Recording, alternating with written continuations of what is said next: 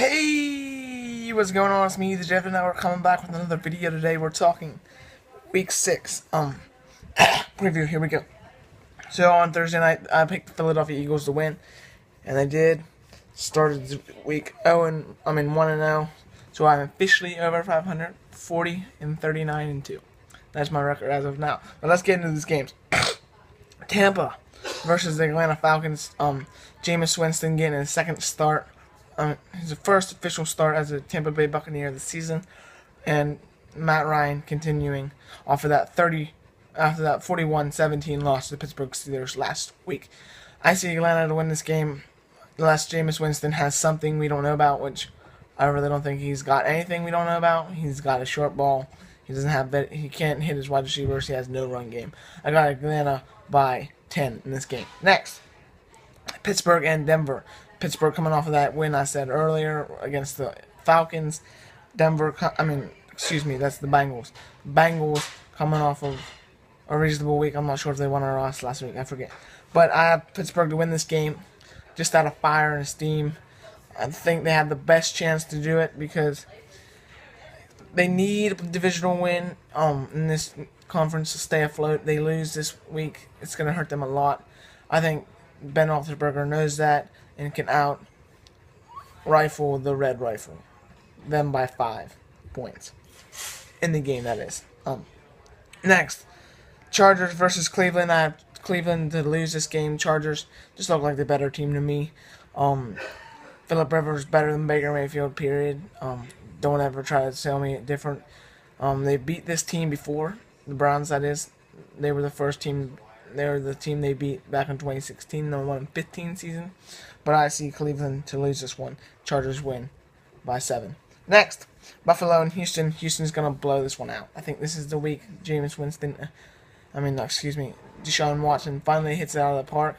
I think they score 35 plus points, and Buffalo scores less than 15.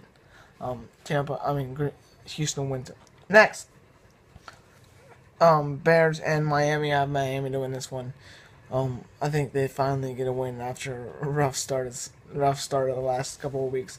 They went from 3-0 to 3-2, but I see them to win this one and get a 4-2. The Bears look okay, but I think it's gonna be a close game indeed. Maybe a overtime game, but I think Miami wins it in overtime potentially. Next, Arizona Cardinals and the Minnesota Vikings. Minnesota's gonna blow this one out. This is a team. Minnesota did struggle against the Buffalo Bills. It was a bad team, but I think a bad team in the Arizona Cardinals is going to get blown out by a lot. Next, Jets and Colts. I have Jets to win this one. Jets coming off of that win last week against the Broncos. Colts coming off of a loss to the Patriots. I have the Jets to win this one. Sam Darnold and Andrew Luck. Same kind of guy, type quarterback. There's a lot of interceptions. There's a deep ball. Has a lot of guts to throw the deep ball. But I think Sam Darnold has a better running game and can check down better. And the Jets have a better defense. Jets win it by 7. Next, Seattle and Oakland. Oakland's going to lose this game. I have Seattle to win it. Seattle needs this win. Oakland needs it as well, but I see Seattle having more of the parts and the better quarterback in Russell Wilson. Next, Carolina Panthers and Washington Redskins. Carolina is going to get this one.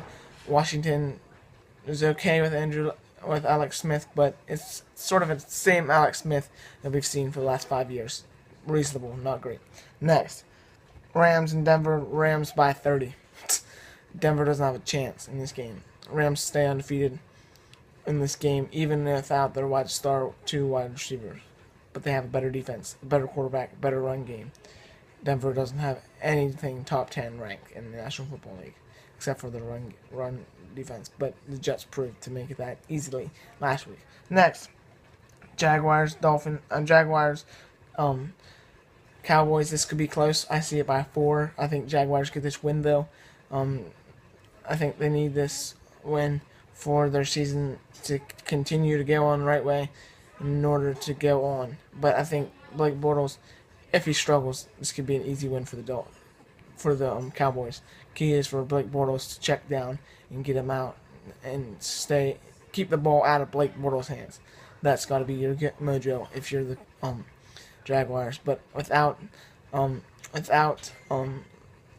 their running back, whose name I forget right now, it'll just be T.J. Yeldon this week. Leonard Fournette is out for the game, or is questionable, so he probably won't play very much if he is in. I think he is out though. But anyway, so the Jaguars get it. Close game, maybe overtime type deal. Low scoring. I don't see a hot game. Two good defenses versus two pretty bad to mediocre offenses with a good running back. Pretty much the same team. Next, Tennessee versus the Ravens. Ravens get this win. Tennessee's gonna be good this year. I think they make the wild card playoffs, but the